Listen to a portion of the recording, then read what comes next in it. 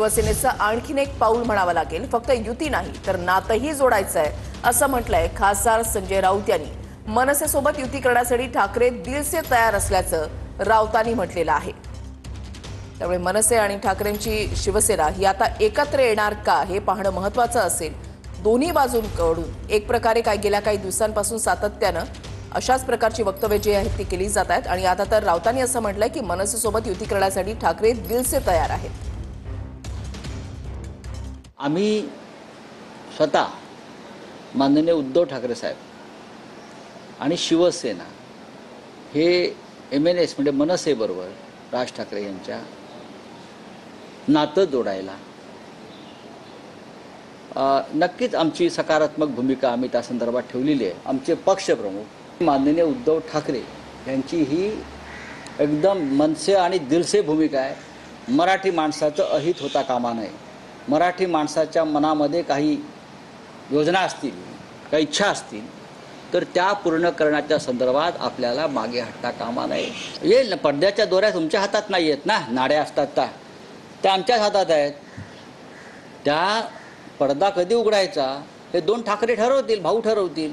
East India कंपनीचे मालक जे दिल्लीत बसलेत, गुजरातमधून गेलेले, त्यांची ही भूमिका आहे की जोपर्यंत ठाकरे आणि पवार बँड संपत नाही तोपर्यंत मुंबईसह महाराष्ट्राचे तुकडे करता येणार नाही. त्यासाठीच तर त्यांचे पक्ष तोडले. पण ब्रँड संपलेला नाही. लोक ठाकरेंच्या आणि पवारांच्या मागे अजूनही आहेत.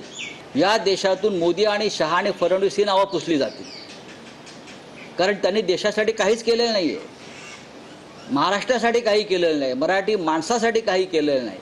जब तक सूरज चांद रहेगा बाळासाहेब ठाकरे आणि शरद पवार ही नाही ब्रँड राहतील इथे. योग्य आहे. मोदी शहाना लोक विसरतील अजिबात नाही. एक निवडणूक जाऊ द्या, मोदी शहा या देशाच्या राजकीय क्षितिजावरून तुम्हाला संपलेले दिसतील.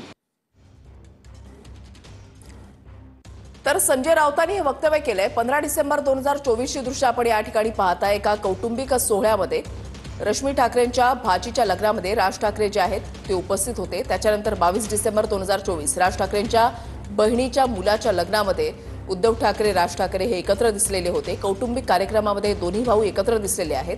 तर 23 फेब्रुवारी 2025 ला महेंद्र कल्याणकरांच्या मुलाच्या लग्नामध्ये या दोघांची सुद्धा भेट झालेली होती. मनसेसोबतच्या युतीची दिलसे भूमिका असल्याचा त्या राऊतांकडून स्पष्टपणे जे आहे ते सांगण्यात आलेलं आहे. आणि महाराष्ट्राच्या हितासाठी हे दोन भाऊ केव्हा एकत्र येतील हे दोन भाऊ ठरवतील आणि पडदा जो आहे तो दोन भाऊ उचलतील असं राऊतांनी या ठिकाणी म्हटलंय.